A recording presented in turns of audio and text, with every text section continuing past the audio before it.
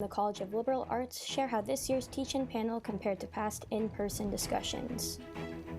We take a look at pandemic has done to local hiking trails and public lands. Cal Poly baseball faced off against the Nevada Wolfpack in a 4-game series at home in their season opener this weekend. Broadcasting from Swanson Studios, you're watching Mustang News. Good morning and welcome back to Mustang News TV. I'm Haley Belcher. And I'm Blas Alvarado, giving you the latest in local and campus news stories.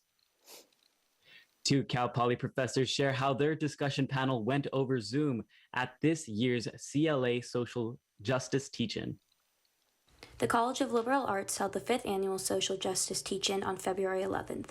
Dr. Riles and Dr. Lamberts-Barrett held a panel based off a book by Anne Helen Peterson discussing how unruly women are diverse figures that challenge the status quo.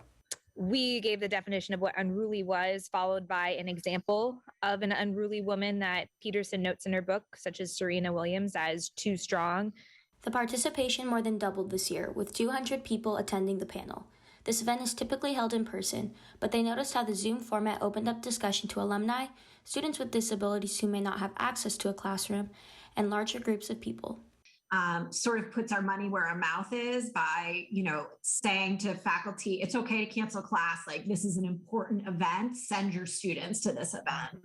Riles and Lamberts-Barrett also noticed how the chat feature in Zoom created a sense of community. So I do think there's a level of anonymity, perhaps, to the chat that meant there was more discussion happening there than had we had 200 people in an auditorium, right? I think a lot of students may have just stayed quiet because that would have felt too overwhelming. Going forward, they hope to see the number of participants continue to rise and potentially a choice of whether to hold workshops face-to-face or online. My hope is that there's a bit of choice involved based on the learning objective of the teaching session. For Mustang News, I'm Haley Belcher. The College of Liberal Arts holds the Teach-In once a year with different sessions focused on equality and social justice. Since the pandemic, hiking and camping has become one of the few recreational activities that are still safe, and SLO residents have taken to the trails in great numbers. But it's had unintended side effects on SLO's public lands. Reporter Jared Contreras has more. The pandemic has impacted much of life in San Luis Obispo, including the county's public lands. So we've seen a great appreciation for our trails and parks during the pandemic and a big impact on our use, the litter, the amount of garbage that we have to pick up now. We've had to increase that. A lot of people take their restaurant food to a park or a trail, and our garbage cans are overflowing with trash because of that. Additional concerns that the county has had to deal with include vandalism of COVID procedure signage and limiting group activities at the parks.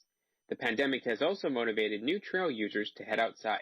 We've had a lot of new users who maybe aren't as familiar with proper trail etiquette, staying on the trail, hiking one way, and even bringing a mask with you in case you're passing somebody closely. Going forward, Creth wants to remind people that one of the best things that they can do, in addition to social distancing, is to remember to pack in and pack out their trash, to keep the trails clean.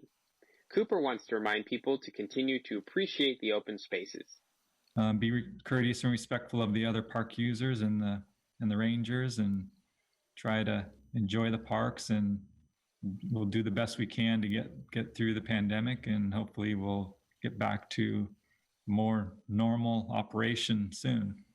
For Mustang News, I'm Jared Contreras.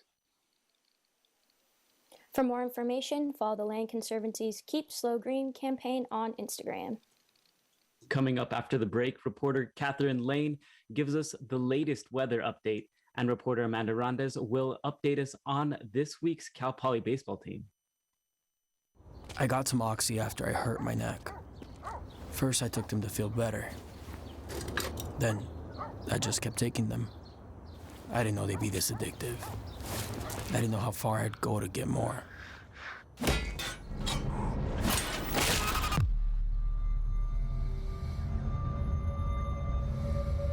Opioid dependence can happen after just 5 days. Know the truth, spread the truth.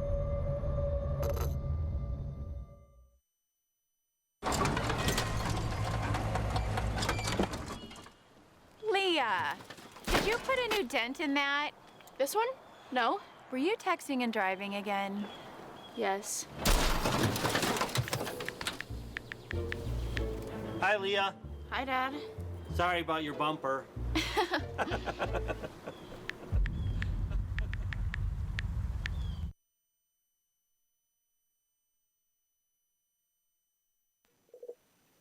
All right, welcome back from your break. Today's weather update is brought to you courtesy of Weather Channel. On today, Tuesday, February 23rd, we have a nice, easy breezy 78 degrees with a low of 44 and a partly cloudy sky. It's going to be nice and dry today with 0% chance of precipitation and 20% humidity and a nice 6 miles per hour winds. Moving on to our 5-day forecast, it's going to be consistently sunny throughout the next 5 days, with temperatures staying in the low 70s to mid 60s, and of course at night dropping down to a cool mid 40 to early 40s. If you're looking to hit the surf after this broadcast, it's going to be quite warm down south in our beach cities with a high of 77 in Pismo and 76 in Avila. Going up north a little bit towards the coast in Cayucos and Morro Bay, it's going to be a little bit colder, 74 degrees. And of course, across the board, it's going to be in the high 40s for evening temperature. And with that, that is your weather update for this Tuesday. I'm Catherine Lane with Mustang News. Back to you, Amanda, with sports. The Stangs came out swinging on Friday night in a 4-game series at home against the Nevada Wolfpack.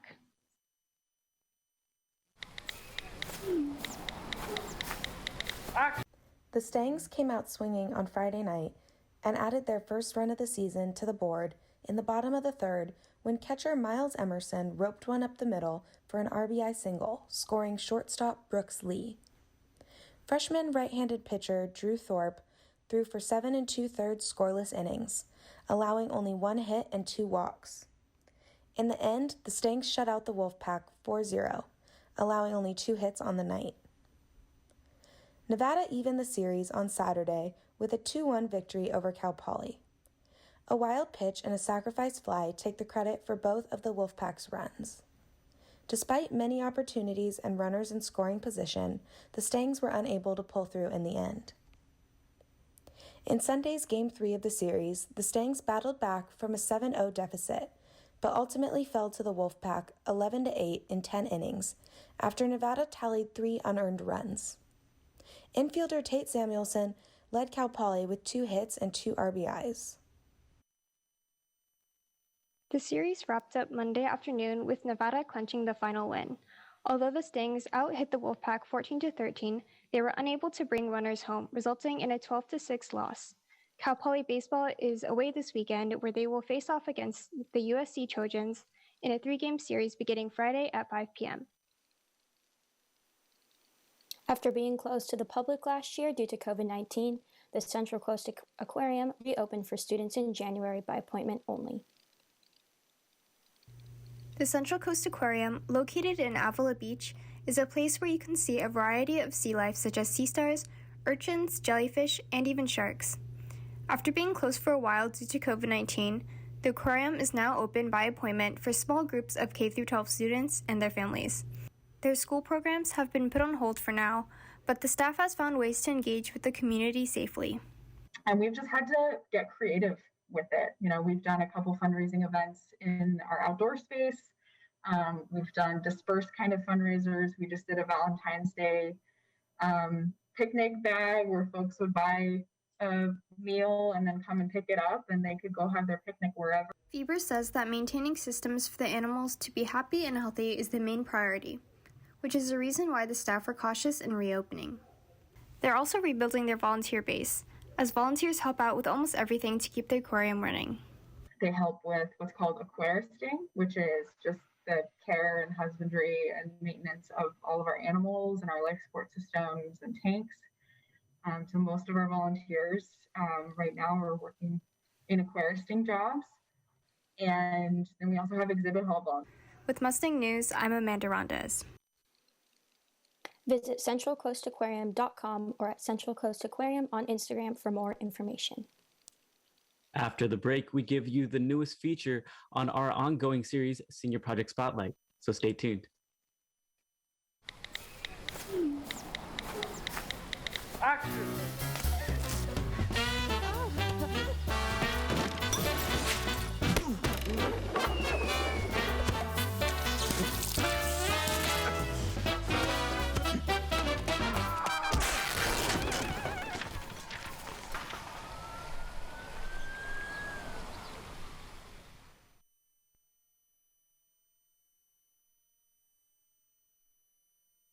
See on page 4 that the projections need to be earthquake next Thursday. Seriously? Thursday? Can't do that. This is really inconvenient. I have yoga that day. I have no time for this. So. I can't do Thursday, but I can do Friday. Disasters don't plan ahead. You can. Talk to your loved ones about how you're going to be ready in an emergency. Don't wait. Communicate. Seniors are working on their senior projects to finish out their college careers. This is this week's Senior Project Spotlight. Computer engineering senior Clay Rosenthal is currently working on a senior project that could help journalists around the country. He's on a team of around 10 undergrad and graduate students working on AI for Reporters, where they are programming artificial intelligence to analyze state congressional hearings to find vital moments that are usually unreported in media. Since local hearings can be long and typically don't draw that much attention, they are creating AI that could condense the information in these meetings so that reporters could efficiently write on subjects without having to sit in. Rosenthal says that the public is missing out on more local information that AI for Reporters could potentially catch. So much more on the local level where it's just like it flies under the radar more. Like people don't notice as much, people don't pay attention as much because it's just like it's harder to do. The project has been passed along from senior group to senior group for the last couple of years and have even tested a simplified version of their website. Each page has a quick summary and projections speeches along with a video link from the State House official website so that reporters could confirm its legitimacy. Associate Chair for Cal Poly's Journalism Department, Brady Teufel, says AI has a place in journalism, but should still be monitored since it could lead to bias, especially with the AI writing the small summaries.